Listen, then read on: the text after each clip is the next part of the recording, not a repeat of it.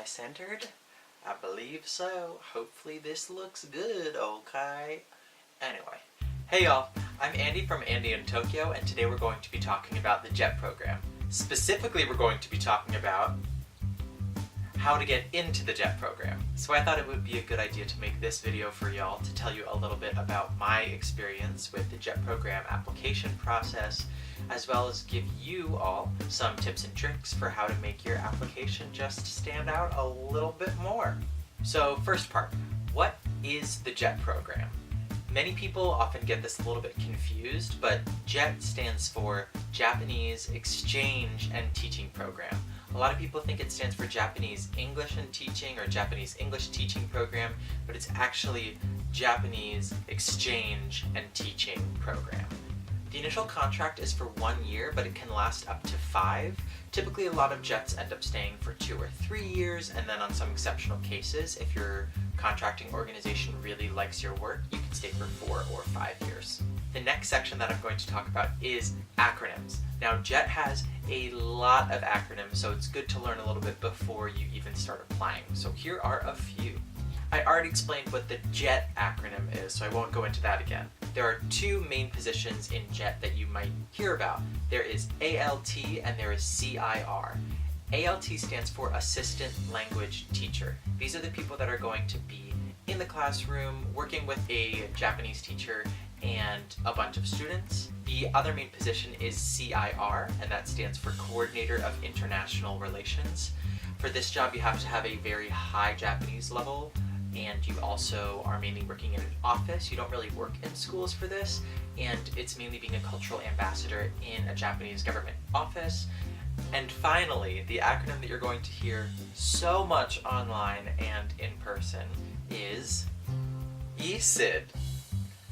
Every situation is different. It's really important to keep this in mind when you're applying for the JET program and asking for advice from fellow JETs or aspiring JETs, because it is true, as cliche as it is, every situation really is different on the JET program. For instance, I'm in Tokyo as a Tokyo JET, and that is an outlier in and of itself. My experience as a JET is completely different from JETs that are anywhere else in the country, although my application process was the same. So don't worry, this video is applicable for all of you, especially United States JETs. So now that all that stuff is out of the way, we're going to move on to the actual application process.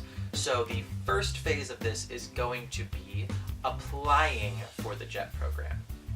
Just a quick disclaimer, I am a JET from the United States, so some of my experiences might be different from those of you that are applying from outside of the US, but for all that information, you should definitely Google it and just try to see if there's any discrepancies between the two. But otherwise, a lot of this stuff is applicable for everybody.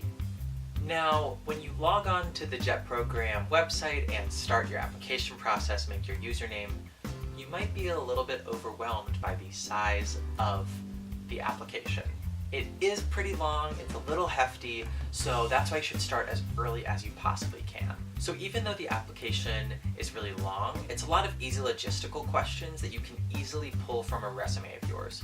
So I believe that you don't have to actually submit a physical or submit a copy of a resume on your application, but pretty much all the information is stuff that would be seen on a resume. So just pull up your resume, pull up the application side by side, and just fill in stuff as you have to. Another thing to keep in mind is that you do get to put in 3 different location preferences, although very often these location preferences aren't adhered to. They try to keep you in the category that you asked for, so you can ask for city and suburban, or you can ask for a more rural placement. So they'll try to adhere to that, but it's not always possible because everybody wants to be in Tokyo, Kyoto, or Osaka. Those are like the most common things that people put. So not everybody can go there. I didn't even put Tokyo as one of my preferences. My top 3 in this order were Kyoto, Osaka, and Sapporo. But I ended up getting placed in Tokyo, which wasn't even one of my preferences. So it's really sort of a luck of the draw. If I give you any suggestions about what to do for location preferences, is definitely do some research about Japan. If you want to go in an urban placement, I would look up capital cities of prefectures that aren't super well known. So don't pick Tokyo, pick something on a southern island, pick a prefecture on a southern island, and maybe pick a capital city with that. That way, not that many people will request those spots, so if somebody sees that you are interested in that specific city, they might be like, oh yeah, we'll put that jet there. They really care about this Japanese city that not a lot of people know about, so they'll work really well here. And if you want to go in the inaka, which is like farmland or rural areas, I would say just don't even put a preference, because I'd say about 50% of jets get placed in the inaka regions of Japan, whether it be north or south or in between. So if you just put rural as your top choice, you'll definitely get placed in the inaka. I think. Don't quote me on that. A very important part of your application is your required documents. That includes your official transcript from your university, whether that be complete or incomplete. So if you graduated a little while ago, you definitely want to contact your university's registrar and be like, hey, remember me? I need that transcript so that I can apply for something. Because you have to get like a physical copy of a transcript and scan it for the JET application. You can't just get like an unofficial transcript. It has to be the official one with like all of the headings and footers and signatures and all that. And then you do have to have 2 different references, so make sure that you're asking those people as soon as possible. I do hear that if you get one reference written in Japanese, maybe from a Japanese teacher that you had in college or even high school, that's a very good thing for them. They like to see that you've already engaged with Japanese culture in some facet of your life. So definitely do that. Don't quote me on whether or not it helps you get in, but I guess it can't hurt. Finally, the last thing that I want to talk about in the application itself is definitely the most important part of the entire application, and that is your statement of purpose. Before your statement of purpose, pretty much the only thing that people have seen on your application can easily be a carbon copy of what a bunch of other people have said. You aren't an individual yet, it's just basically information and numbers and what you've done. But the statement of purpose is really where you can have your individuality shine. This is where you can show the people reading your application, both in the United States, if you're in the US, or in Japan, just exactly who you are as a person and why they should specifically select you for the JET program. There's a few really good resources that I use to write my statement of purpose. One of those is Tofugu, I think that's the name of the website. They do a lot of stuff related to JET and language, Japanese language as well, so I definitely recommend checking them out. I'm going to link them in the description below, so please make sure that you check that out to help with your statement of purpose. So long story short, your statement of purpose should basically just be a cover letter that's specific to the JET program, and it really should include 3 things. The first is, why Japan? Why do you want to go there? Why not another country? Why specifically Japan? Saying that you love anime and manga is great, it's cool, but make sure that you're not making that your main reason why you want to go to Japan. They want to see some more interest besides that. The second part is why you specifically. What makes you a good candidate for the JET program? Why should they not pick somebody else over you? Why are you qualified? Why are you interested in this position? And the third and final one is, what are you going to do after JET is over? They want to make sure that you're doing the exchange portion even after your time on the JET program is officially finished. So when you go back to your home country, they want to hear about how you will spread Japanese culture and traditions throughout where you are and knowledge about Japan. I'm not going to go into my exact statement of purpose right now just because it is really specific for everybody. Even if I gave you my exact thing and I read it out right here, that wouldn't really be helpful for you because it wouldn't be about you. So just make sure that you're making it specific to you and make sure that you're making it authentic.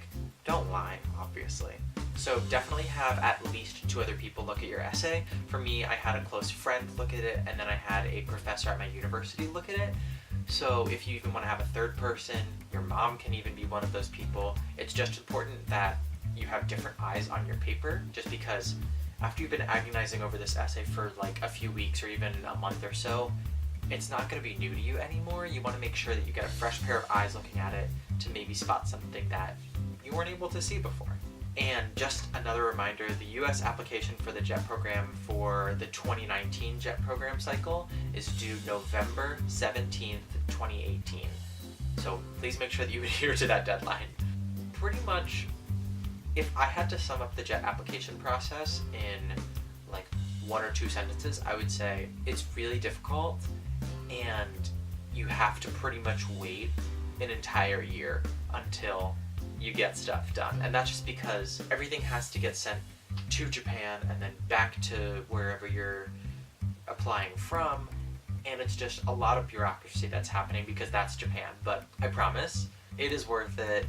Even if you don't get in, the experience of having to go through like a semi-arduous process and go through like the application and the interview, even if you get to that stage, even if you don't get in, it's such a good professional development opportunity and really good at helping you gain some interview skills. So that's it for this video. If you liked this video and want more jet-related videos or want to hear me talk more about Japan or my life in Tokyo or some travel guides or anything about Japan, feel free to subscribe down below or check out my other videos. And if you really want to check out my other videos, I definitely recommend dinging that notification bell so that you get notified whenever I upload something new. I'm trying to stick to a weekly or every other week basis for uploading, but still new at this, so we'll see what happens with that. But yeah, hope y'all enjoyed the video. Thanks so much for watching, and I'll talk to y'all soon. Peace out.